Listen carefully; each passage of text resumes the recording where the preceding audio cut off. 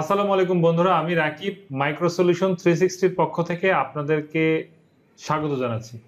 পৃথিবীর যে প্রান্ত থেকে আপনি আমাকে দেখছেন, আমি আপনাকে বিনীতভাবে অনুরোধ করব যে মাইক্রো সলিউশন 360 আপনি জেনে খুশি হবেন অলরেডি প্রায় এটা 260তম ভিডিও।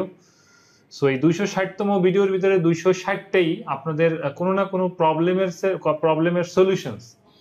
সো এরকম আমি চেষ্টা করব যে আগামী খুব তাড়াতাড়ি স্টুডেন্টদের নিয়ে কাজ করার জন্য। সেই স্টুডেন্টদের বিশেষ করে ক্লাস নাইনের মোটামুটি 5 থেকে 6টা বই, লাইক 10 মিনিটস স্কুল, এরকম করে আমরা এডুকেশনটাকে এডুকেশন সিস্টেমটাকে এখানে নিয়ে আসবো, যাতে আপনি আপনার বাচ্চারা খুব বেশি উপকারিত হবে। এবং আমি নিজে আইসিটি ক্লাস 9-এর আইসিটিটা নিয়ে এটাই কাজ করবো আর কি। সো এটার ভিডিওগুলো আপলোড হবে। বাই দ্য ওয়ে, এটা একটা ইন্ট্রো ছিল। সো একটা জিনিস আপনাদেরকে বলে তারপরে আমি শুরু করব।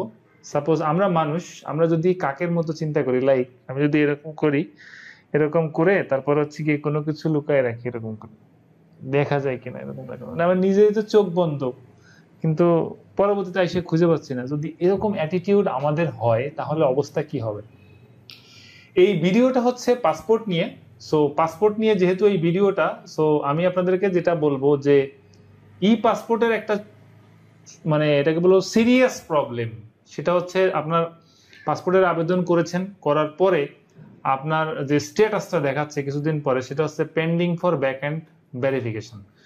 এখন এই পেন্ডিং ফর ব্যাকএন্ড ভেরিফিকেশনের অনেকগুলা বিষয় আছে, অনেকগুলা কারণ আছে। আপনার নাম মোহাম্মদ রাকিব, সো আপনার পাসপোর্টে আছে রাকিব, কিন্তু পরবর্তীতে এনআইডিতে আছে মোহাম্মদ রাকিব। আপনি পরবর্তীতে এনআইডি অনুযায়ী আবেদন করেছেন, পেন্ডিং ব্যাকএন্ড ভেরিফিকেশন।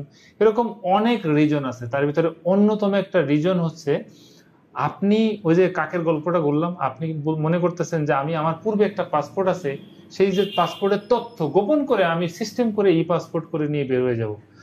এটা আসলে কোনোদিন কি পসিবল? লাইক কাকের মতো যে আমি এরকম রাখলাম, কেউ দেখে নাই। ভাই, আপনি যদি অনলাইনে কোনো ফুটপ্রিন্ট রেখে যান, এটা লাইফ টাইম থাকবে। তার একটা জ্বলন্ত প্রমাণ আমি আপনাকে এখন দিচ্ছি। আমি যদি একটু পিসিতে চলে যাই, আমি এবং গুগল ক্রোমে চলে গেলাম, এবং গুগল ক্রোমে চলে যাওয়ার পরে আমি লিখলাম যে মাইক্রো সলিউশন 360, MICROSOLUTIONS সলিউশনস 360, আমি এটা লিখলাম এবং গুগলে লিখে সার্চ করলাম। দেখেন ঘটনা কি ঘটে।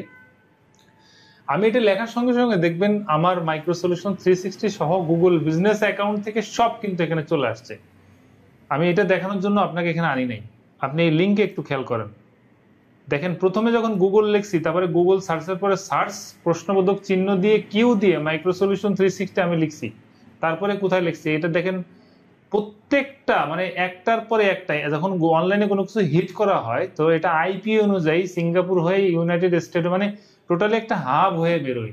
তার মানে এই যে কুকিজটা জমলো, কেস কুকিজটা জমলো, এটা কিন্তু রয়ে গেছে।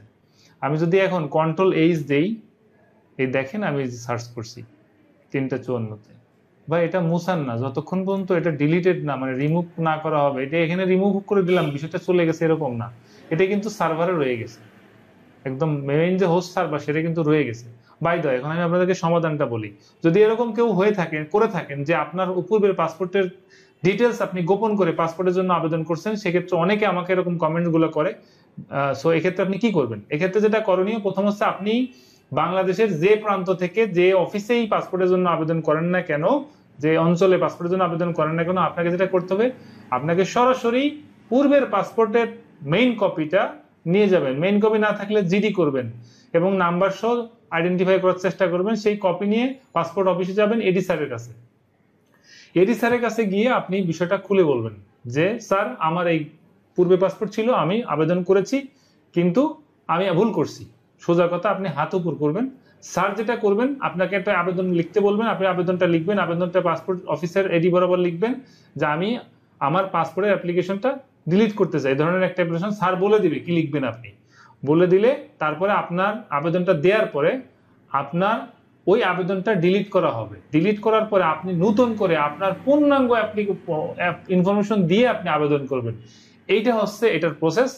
আর যদি আপনার পূর্বের পাসপোর্টে ভুল থাকে, সেটা ভুলটা সংশোধন করে তারপরে কিন্তু আসবেন। যদি ভুল থাকে তাহলে আপনাকে ম্যাজিস্ট্রেট কোর্ট থেকে এফিডেভিট করতে হবে। সেই এফিডেভিট কপি, তারপর এনআইডি কপি, পূর্বের পাসপোর্ট কপি, বিদ্যুৎ বিলের ফটোকপি, ইংলিশ জন্ম নিবন্ধন কপি এগুলো নিয়ে তারপরে আপনি যখন ফিঙ্গারপ্রিন্ট দিয়ে দেবেন তখন এটা দিয়ে আসবেন।